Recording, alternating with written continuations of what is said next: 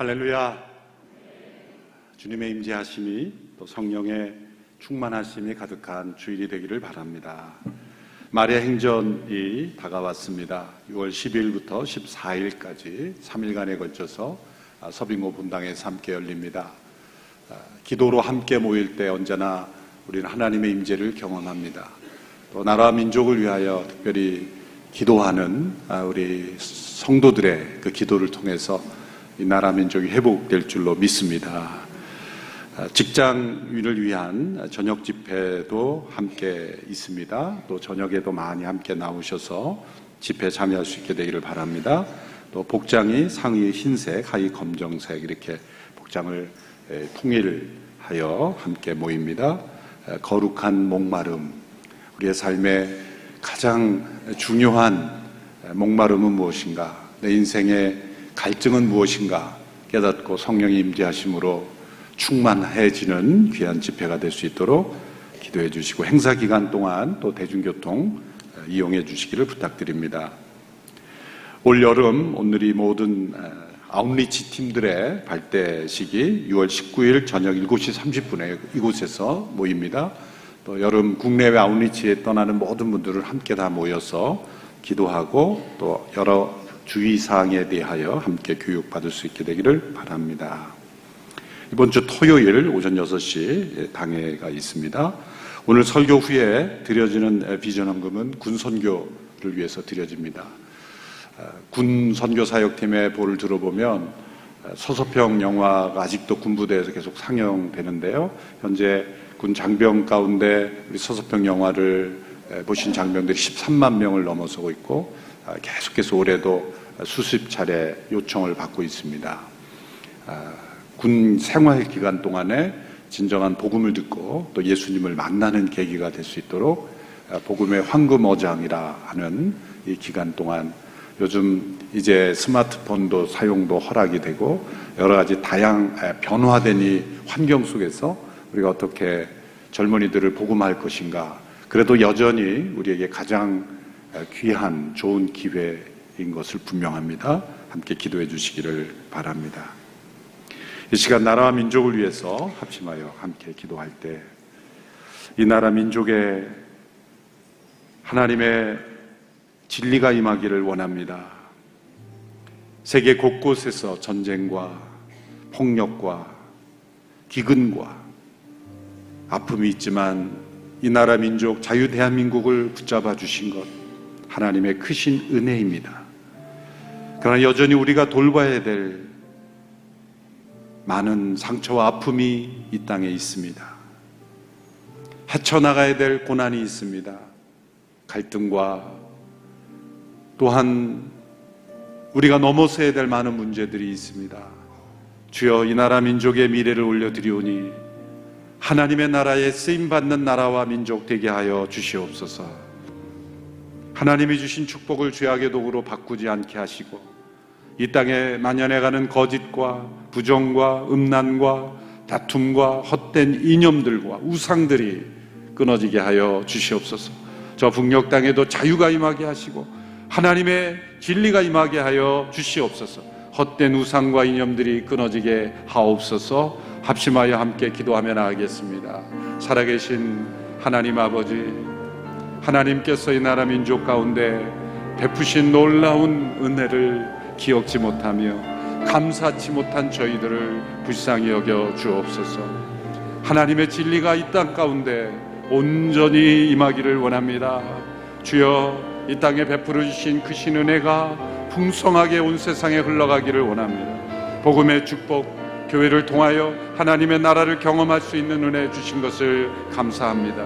온 세상에 주의 복음을 증거하는 일에 쓰임받는 나라가 되도록 역사하여 주옵소서. 이 민족의 아픈 상처와 갈등과 시련을 주께서 하시오니 주여 헤쳐나갈 수 있는 믿음을 주시고 지혜를 주시고 하나됨을 허락하여 주옵소서. 이 나라에 만연한 모든 헛된 흐름들이, 우상들이, 헛된 이념들이 끊어지게 하여 주시옵시고 하나님의 창조 질서를 거스르는 모든 동성애 물결과 헛된 흐름들이 끊어지게 하여 주시옵소서. 저 북녘 땅에도 자유가 임하게 하시고 하나님의 공의가 임하게 하시고 하나님의 나라가 임하게 하시고 성령의 바람이 불게 하시고 이 나라 민족이 나아갈 뼈를 하나님 분명히 보여 알게 하여 주시고 이 나라 민족을 붙잡아 주시옵소서. 살아계신 하나님 아버지, 거룩하고 복된 주일, 모든 성도들이 함께 모여 이 나라 민족을 붙잡아 주시는 하나님, 하나님께서 이 나라 민족을 더욱 경고케 하시며 온 세상에, 온 열방에 하나님의 나라의 복음을 증거하는 나라와 민족이 될 수 있도록 저희를 붙잡아 주시기를 원합니다. 하나님께서 이미 우리에게 베풀어 주신 놀라운 은혜, 우리에게 보여주신 놀라운 하나님의 역사를 잊어버리고 우리 스스로 우리 자신을 높이며 교만해지는 저희들이 않게 되기를 원합니다. 주여, 하나님 앞에 겸손하게 엎드려 하나님의 도우심을 구하며 하나님의 진리에 합당한 나라 민족 되게 하옵소서. 이 땅에 만연해가고 있는 모든 죄악의 흐름들이 끊어지게 하여 주시옵시고 세월이 흘러갈수록 경건한 민족, 거룩한 민족, 하나님 나라에 합당한 민족이 되게 하옵소서. 저 북녘 땅에도 자유의 역사가 임하며 하나님의 나라가 임하며 성령의 바람이 불어와 놀라운 하나님의 역사가 그 땅 위에 임하게 하여 주시옵소서. 온 열방에 들려오는 안타까운 모든 소식들, 전쟁과 기근 폭력과 살인과 헛된 우상 이념으로 인하여 잃어버려지는 수많은 영혼들을 기억하며 복음이 온 세상에 전해져 하나님의 진리 위에 굳게 선 이 땅이 되도록 하나님 역사하여 주옵소서. 군 선교를 위하여 헌신하는 모든 일꾼들을 축복하시고 군 복음화가 속히 이루어지게 하옵소서. 이번 주에 있는 마리아 행정 가운데 함께 하시고 성령의 충만한 역사가 부어지게 하여 주시옵소서. 3일간의 집회를 통하여 성령의 충만한 역사와 임재하심으로 기도하는 모든 이들에게 하늘의 문을 여시사 기도의 능력이 나타나게 하옵소서. 오늘도 하나님의 말씀에 귀를 기울이는 영혼마다 말씀하시고 성령의 음성을 듣게 하여 주시옵소서. 예수님의 이름으로 기도하옵나이다. 아멘. 시편 131편은 다윗의 시입니다. 다윗의 겸손한 영혼이 기도로 드려진 시입니다. 다윗은 하나님의 마음에 합한 사람이라 그렇게 평가를 받았습니다. 이는 하나님 앞에서 겸손한 사람이다 라고도 의미합니다. 시편 131편은 다윗의 시편 가운데 가장 짧은 시 중에 하나입니다. 그러나 우리가 배우고 고백하기에는 가장 어렵고 오랜 시간이 걸리는 시입니다. 작은 단어들로 구성이 되어 있지만 겸손한 영혼의 내면을 보여주는 풍성한 신앙의 시입니다. 시편 131편은 겸손을 두 가지 방식으로 표현합니다. 먼저 부정적인 표현으로 겸손은 무엇이 아니다라는 방식으로 설명합니다. 그리고 나서 2절에서는 겸손은 무엇과 같다라는 방식으로 표현하고 있습니다. 먼저 1절에 보면 겸손은 무엇이 아니다라는 표현을 삼중적으로 표현하죠. 1절의 말씀을 우리 같이 읽어보겠습니다. 시작. 오 여호와여, 내 마음이 교만하지 않고 내 눈이 높지 않습니다. 내가 너무 큰 일들과 나에게 벅찬 일들을 행하지 않습니다. 내 마음이 교만하지 않고 또 내 눈이 높지 않고 또 내가 감당하지 못할 큰 일들, 벅찬 일을 행하지 않습니다. 겸손을 표현할 때 이렇게 부정적으로 표현하는 이유가 무엇일까요? 우리가 겸손을 배울 때 처음부터 이것이 겸손이라고 깨닫고 배우기가 어렵다는 것입니다. 도리어 겸손이 아닌 교만한 일들로 인하여, 교만에서 파생되는 것으로 인하여 우리가 교훈을 받고 깨닫고 때로는 그 교만이 주는 아픈 상처들을 체험하면서 겸손이 무엇인지를 역으로 깨닫기 때문입니다. 고린도전서 13장에서도 사랑을 표현할 때 사랑은 무엇이다라는 긍정적 표현보다는 사랑은 무엇이 아니다라는 표현이 훨씬 더 많죠. 사랑은 온유하며 사랑은 오래 참고 하고 그 다음부터는 사랑이 아닌 것, 시기하지 않고 오만하지 않고 자랑하지 않고 자기의 유익을 구하지 않는다 등등 이렇게 우리가 사랑을 배울 때도 사랑인 줄 알았는데 사랑이 아닌 것을 체험하면서 역으로 사랑을 배워가는 것이죠. 겸손도 마찬가지입니다. 우리가 처음부터 겸손의 실체를 체험하는 것보다는 겸손처럼 보였지만 겸손이 아닌 것들을 통해서 얼마나 겸손이 중요한가를 우리가 깨닫게 되는 것입니다. 첫째로 겸손은 마음이 교만하지 않은 것이라고 표현했습니다. 이 교만의 자리는 마음 깊숙한 곳에 숨겨져 있습니다. 사람의 마음은 열길 물속보다 더 깊다고 했는데 자기 자신도 들여다보지 못하는 것이 인간의 마음속에 있는 교만입니다. 겉으로는 잘 포장된 인격, 교양 있는 인격처럼 보이지만 때로 그 물을 휘저으면 그 밑바닥에 있는 그 흙으로 인해서 구정물로 변화되듯이 우리의 마음 깊숙한 곳에 숨어있는 교만이 때로 우리 인생이 여러 가지 고난 속에서 휘저어질 때 그 교만의 그 흙이 우리의 모든 삶을 더럽히는 것과 마찬가지입니다. 우리의 모두의 마음속에는 교만이 깔려있다는 것을 우리는 하나님 앞에 겸손히 인정해야 합니다. 교만은 가르쳐주지 않아도 인간은 교만할 줄 압니다. 인간은 선천적으로 교만하기 때문이죠. 겸손은 교훈과 훈계와 연단을 통해서만 깨닫습니다만 교만은 가르쳐주지 않아도 알아서 잘 교만합니다. 배우지 않아도 잘하는 것이 교만입니다. 내 마음이 교만하지 아니하고 이것이 우리의 영혼의 가장 깊은 기도 속에 있어야 합니다. 오늘 아침에도 모든 남성들은 면도를 하고 나왔을 줄 압니다. 설교 내용이 그래서 그런지 면도를 하면서도 이렇게 매일마다 교만을 깎지 않으면 날마다 이 수염을 깎아야 하는 것처럼 자고 나면 또 이 마음속에 일어나는 것이 교만 아닙니까? 매일매일 깎지 않으면 어느샌가 자라버리는 우리의 마음에 있는 교만. 겉으로 볼 때는 매끈한 피부인 것 같지만 이 속에 무엇이 들어있기에 이렇게 자꾸 뭐가 나오는가? 그렇게 생각해 보면 마치 교만과 같다. 끊임없이 깎고 또 깎지 않으면 샘솟아오르는 이 숨어있는 마음의 교만. 날마다 우리가 깨어 기도해야 되는 것이 내 마음이 교만하지 아니하고 이것이 우리 영혼의 기도가 될 줄 압니다.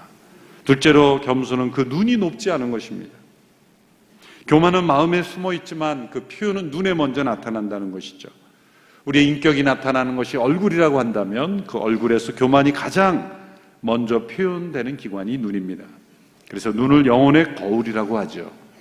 시편의 표현들을 보면 짝을 이어서 표현하는데 그것이 함께 연관되었다는 거죠. 죄와 함께 나오는 단어가 가장 많이 나오는 단어가 비참함입니다. 죄가 있는 곳에는 언제나 비참함이 따라온다는 거죠. 거룩함에 가장 많이 동반되는 단어가 뭔지 아십니까? 행복입니다. 행복의 비밀은 거룩에 있다는 거죠. 거룩과 행복, 또 평강과 형통함 함께 나옵니다. 전쟁과 황폐함. 근데 교만한 마음에는 언제나 같이 나오는 단어가 높아진 눈이 나옵니다. 시편 101편 5절의 말씀에도 보면 눈이 높고 마음이 교만한 자를 내가 용납하지 아니하리로다. 눈이 높은 것, 이것이 마음의 교만의 표현입니다. 교만한 눈은 언제나 자기보다 높은 사람은 시기하고 자기보다 낮은 위치에 있는 사람은 언제나 무시하는 거죠. 우리의 눈이 겸손해져서 주님을 바라보는 그런 눈이 될 수 있게 되기를 바랍니다. 세 번째로 겸손은 너무 큰 일과 감당하지 못할 벅찬 일을 하려고 힘쓰지 아니한다. 겸손한 영혼은 자기의 은사와 부르심이 아닌 것을 하려고 나서지 않습니다. 교만했던 사울은 블레셋과의 전쟁에서 사무엘이 더디오자 자기 스스로 제사장이 되어 제사까지 집행하려고 했죠. 교만한 영혼은 자신이 부르심이 아니고 자신의 은사가 아닌 자신의 부르심이 아닌 것까지 하려고 하는 것이죠. 그래서 교만은 언제나 스스로를 위대하게 만들고 싶어 합니다. 오랫동안 경영에서 유명한 책이 있죠. 미국의 짐 콜린스라는 스탠포드 대학의 교수였던 Good to Great이라는 책이 있지 않습니까?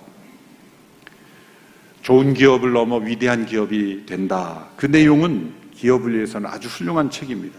그러나 그 단어를 우리 신앙에 그대로 적용해서는 안 되고 정반대로 적용해야 합니다. 이 굿이라는 단어를 좋음이라는 단어도 있지만 선함이라는 의미로 번역하면 다른 문제가 되죠. 선해지려고 하지 않고 위대해지려고 할 때 우리 교만이 작동되고 있는 것이죠. 하나님께서 왜 위대하십니까? 시편에 보면 하나님의 위대하심을 찬양하고 언급하는 모든 구절마다 하나님의 선하심이 함께 있습니다. 하나님은 위대하십니다. 왜 그렇습니까? 하나님의 단지 능력이 많기 때문이십니까? 하나님이 위대하신 까닭은 그분의 전능하심으로 선하신 일을 행하시기 때문이에요. 그러나 우리는 선하려고 하기보다는 위대해지려고 하는 것이 우리의 문제입니다.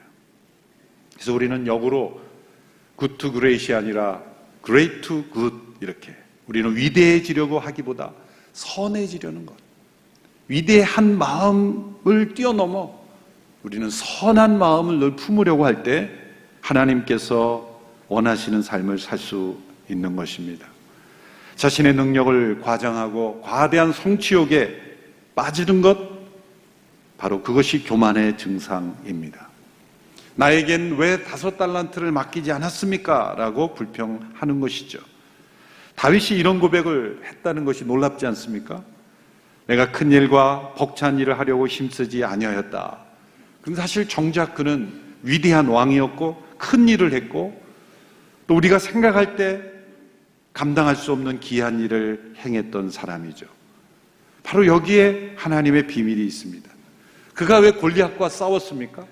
많은 사람들이 두려워할 때 나는 두려워하지 않을 수 있다, 나는 할 수 있다라는 야망을 가지고 뛰어든 것이 아닙니다.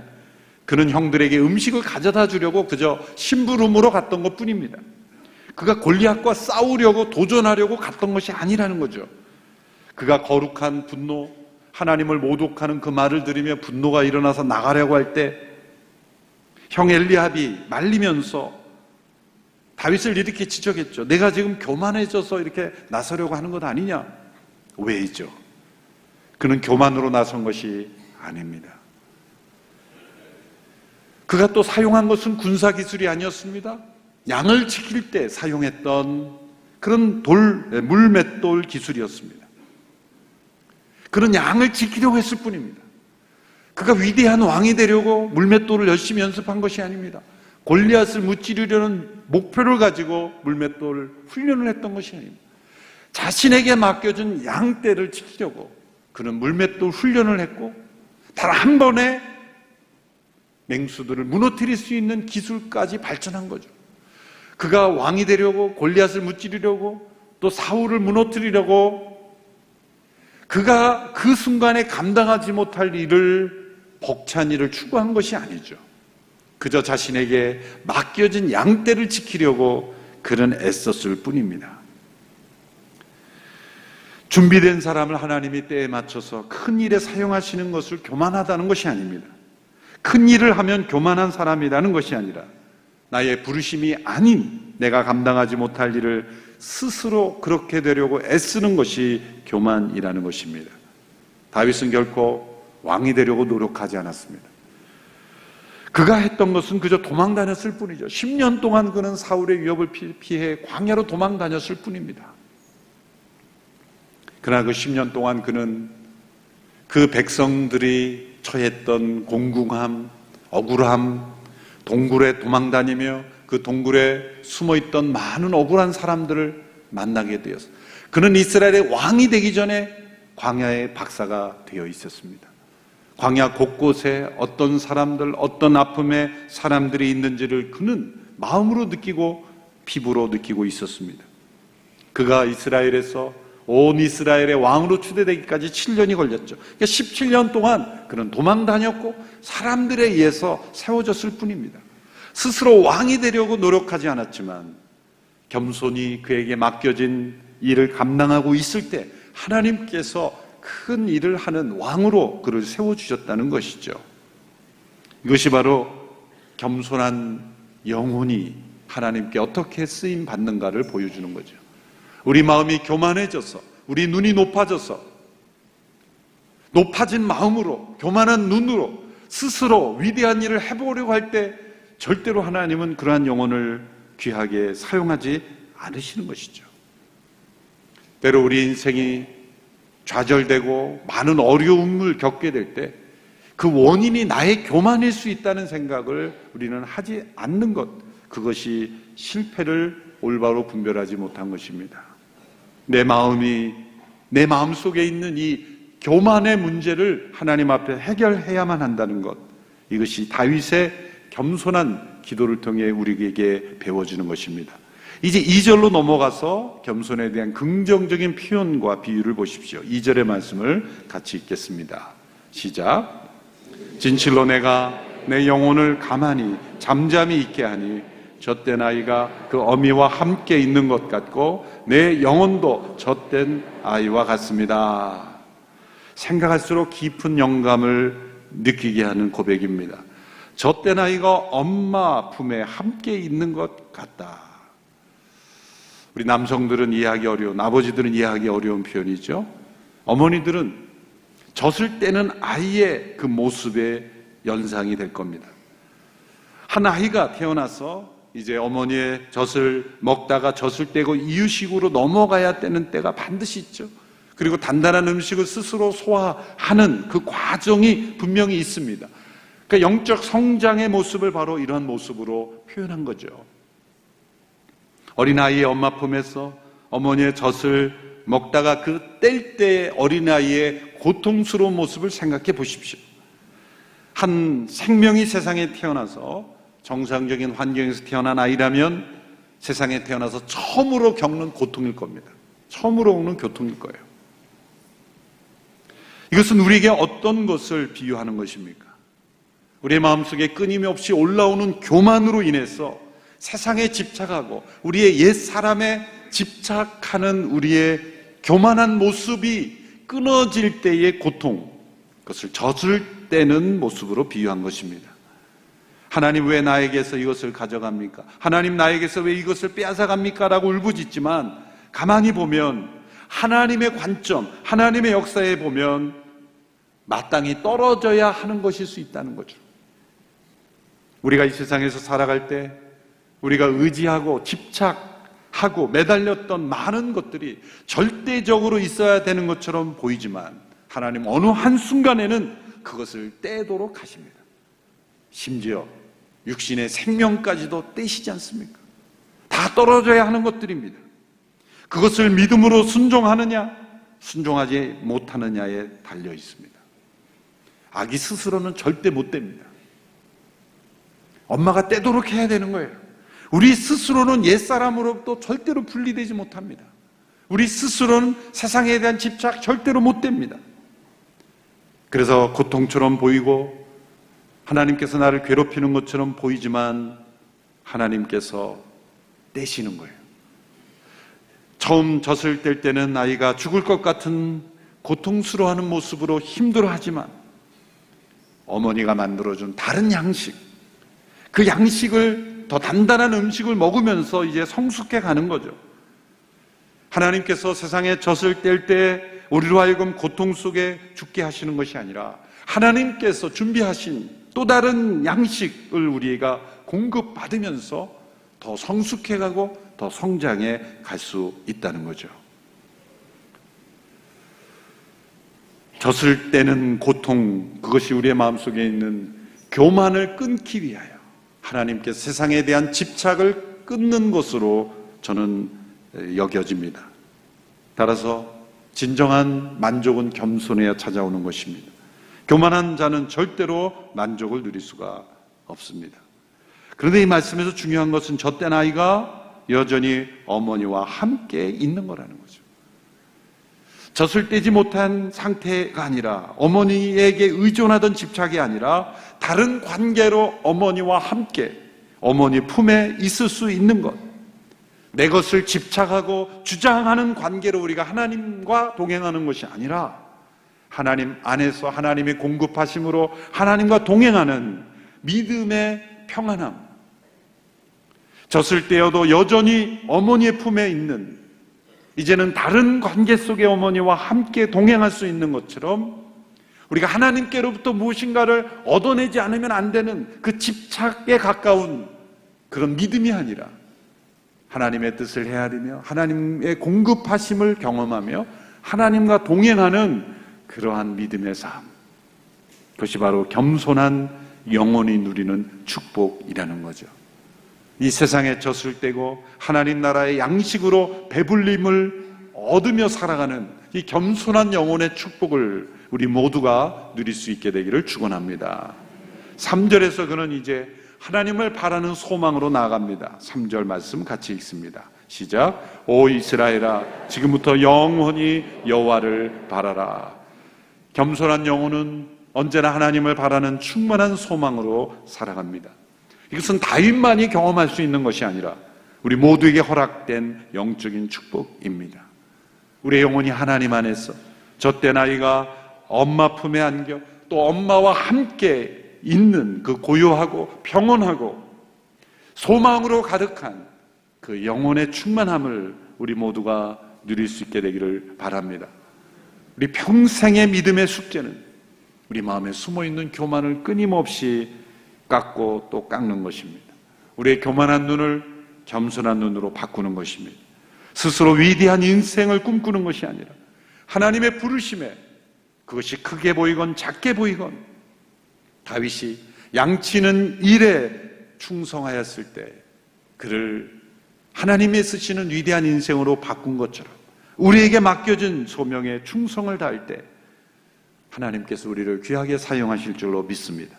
젖된 아이가 엄마 품에 안김과 같이 집착하는 신앙이 아니라 겸손하게 하나님과 동행하는 고요하고 평온하게 하나님을 의지하며 하나님의 품에 안겨서 평안한 삶을 누리는 우리의 삶이 되기를 바랍니다. 겸손한 영혼의 기도, 그 기도를 주님 앞에 날마다 드림으로 우리의 영혼이 하나님과 동행하는 참된 믿음의 축복 누릴 수 있게 되기를 주님의 이름으로 축원합니다. 기도하겠습니다. 다윗의 겸손한 기도를 배우기를 원합니다. 우리의 마음에 나도 모르게 높아진 모든 교만들, 또 하나님으로부터 무엇인가를 받아야만 한다는 집착까지도 내려놓는 겸손한 영혼 되게 하여 주시옵소서. 큰 일을, 벅찬 일을 스스로를 높이려고 자신을 위대하게 만들려고 하는 모든 교만을 내려놓고 젖된 아이가 엄마와 함께 동행하듯 그렇게 주와 동행하며 주의 뜻을 분별하며 겸손히 주와 동행하는 우리 모든 성도들이 다 되게 하여 주시옵소서. 예수님의 이름으로 기도하옵나이다. 아멘.